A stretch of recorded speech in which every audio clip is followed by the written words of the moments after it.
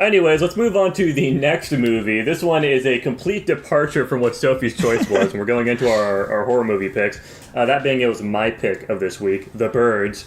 This movie is pretty simple to understand. We've got our protagonist who is a bird seller in the big city. There's a guy that comes in to buy a bird, I think, and then I can't really remember the intro of this movie that well, but basically she is like fucking taking this songbird down to where he is vacationing in some like random small town, to give it to him as like a kind of like a surprise, because she's like, oh, he's so hunky. So she does. She like boats over to his like little area to secretly give him the bird, and then sort of kind of just like staying in the town, and then suddenly birds start attacking people at random. Like she gets attacked on the way back by a seagull.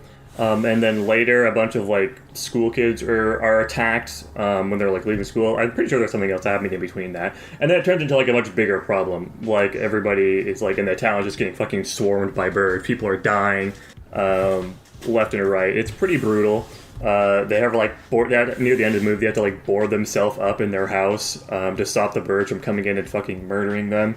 And then the movie ends with them just driving off into the sunset, leaving the town. What's up, Dylan? I got a question for you boys. Now, Tanner, Me and Tanner have the same idea when it comes to this kind of question. Where if something is smaller than me, I am either punching it or kicking it because I am the alpha here. How many birds do you think you guys could fend off? Do you think these birds could kill you? Yeah, I think they could. There's so many of them, they're really fast, and I don't think they're going to be pulling any punches. Like, I think if they wanted to, they just fucking poke my eyes out. I don't think there's a whole lot I can do to defend myself with swarming. Yeah. Alright, so how many do you think you could take down before they take you down? Honestly, I think I'd be so focused on defending myself that it actually, like, putting up a fight against this swarm is kind of pointless. I honestly, I don't know if there's any specific number, because I would just entirely be focused on defending myself. Okay. I'll say I could take down about 15 birds before I succumb to my injuries. Now, You guys are... I'm sure Nico is formulating this in his mind, where he's like, well, what about the fucking third graders that you're fighting an infinite number of? You only think you could take out 15 crows? I was thinking that during the movie, actually. The answer is yes. And it is because birds can deal piercing and slashing damage, which I have no resistances to. Children can only deal bludgeoning damage, which I am resistant to. Have you considered their teeth, Tanner? Or maybe their unkempt nails? Kick their teeth in. Oh my god. Anyways. Yeah, so what did you guys think? This was something I was kind of iffy on. What did you guys think of the practical effects for this movie? I think for the time, they were pretty well done. Yeah. Obviously, nowadays, they look pretty dog shit. But I think with what they were working with back then, I think they look alright. Because between that and, like, the green screen actually wasn't terrible, I don't think. Now, obviously, you have 1963 green screen. Depends on which green screen you're referring to. Let me ask you guys this. What was your favorite scene in the movie? Oh, this is an easy choice for me. Absolutely so fucking easy. It is when the chick is driving to the small town, and every fucking microsecond she's in that damn car, her tires are squealing for dear life like she's losing traction constantly. It's the funniest fucking thing ever. I could not stop thinking about it. Yeah, it's pretty hilarious. Like, anytime she got in the car, we were just waiting for it to start screeching again. My favorite scene was...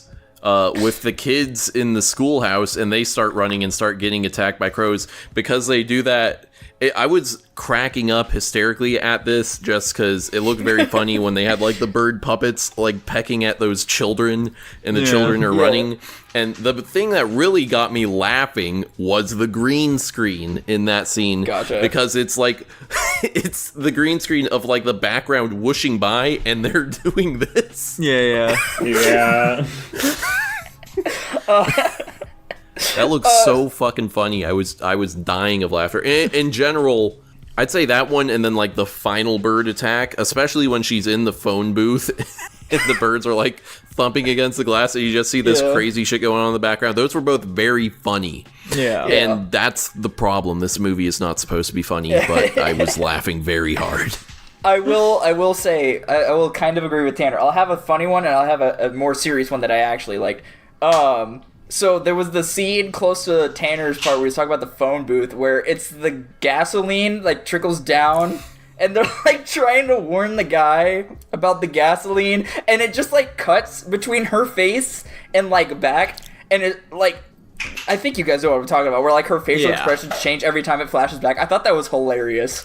And then one scene I actually thought looked really, really nice was when the guy leaves the house at the end of the movie, and you get that like shadowy, like light in the distance, but like birds everywhere. I thought that looked really good. Like that's something like weird thing to say. Something I'd use for like a computer desktop background, like really good.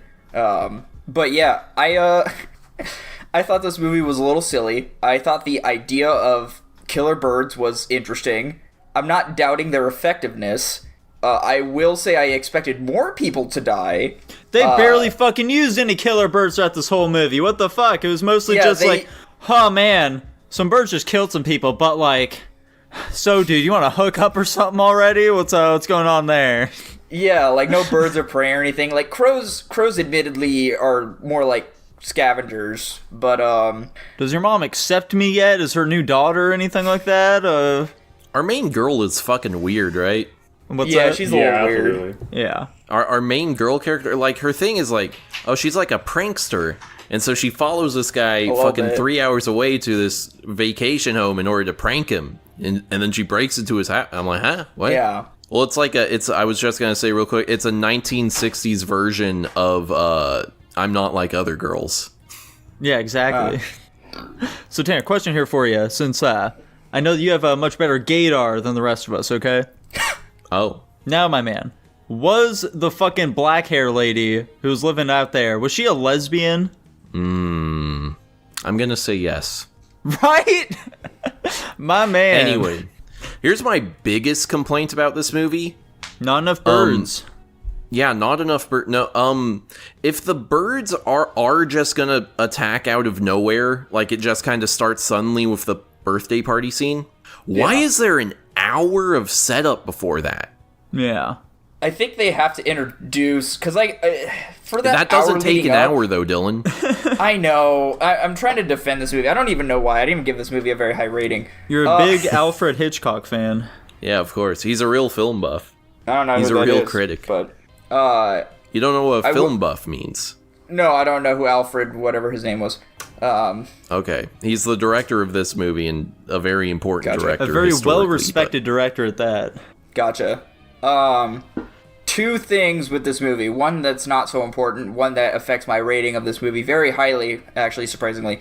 The fact that the birds were supposed to be the scary part of the movie, but I think more so of the chaos and everything that ensued from the birds attacking were probably a bigger impact than the actual birds attacking. I think the shock factor of the birds attacking was probably a thing.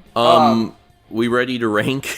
I want to say real quick here, boys, Okay. Yeah. that main love interest guy, he was built like a brick shit house, now wasn't he? Yeah, I If guess. I was gay, oh boy. Anyways, I think this movie actually is pretty similar to Sophie's Choice in that it has there are two sides to this movie. There's the fucking character drama bullshit nobody cares about, and then there are the birds, which I'm assuming are supposed to be like an allegory for something. Like, obviously there's a lot of symbolism with this movie with like the lovebirds and, you know, like the birds intermittently attacking the town, as well as like, I think there's a reason for having like the two, to the A and B plot of like the love story between these two and then the birds attacking them. I'm sure there's some connection there. I don't think that connection is that important to warrant wasting so much of our fucking time on this stupid character drama that we don't give a shit about. I'm sure in the 60s people were more into this type of stuff, but this does not hold up today at all. It's so slow. The bird attacking is absolutely like the main focus of this film from like a modern day film watcher, and it's very infrequent, and it seems like it's like the less, you know, focused part of the film, which I think is majorly to its detriment, at least for me. Yeah. Yeah, especially considering the character shit just isn't particularly compelling either. It doesn't matter at all in the end, too, because like we don't get any resolution or anything. They just fucking drive off without anything actually really happening. Yeah. Yeah, I was gonna say last two things for me were, I think the idea for this movie, if somebody were to go at it again, could be expounded on and could be improved. I think the idea of the movie was intriguing. However, I will agree with Jackson. I absolutely hated the ending because there was zero resolve and we had no clue what was going on besides the fact that they were leaving and taking her to a hospital. And I literally was like, the screen faded to black and I expected something else to happen. I even fast forwarded like I normally do.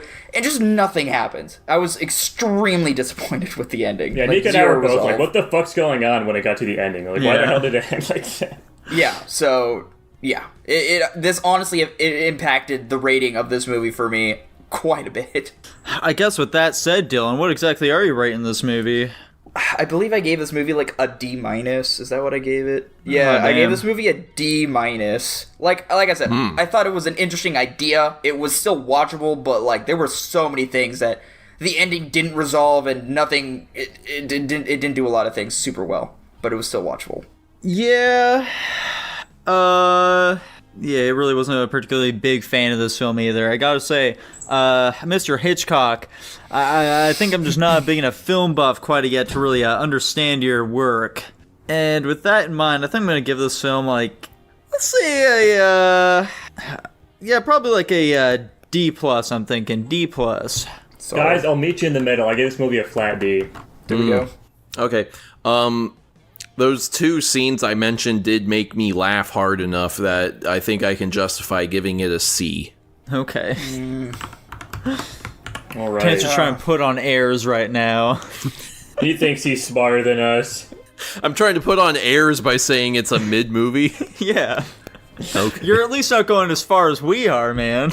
True. It's on the bad end of films. Yeah. So I guess technically they are ranking system, I guess it is, assuming you're not qualifying as like a separate entity. Anyways, it doesn't matter. That puts it at a D+. Yep. Whoa.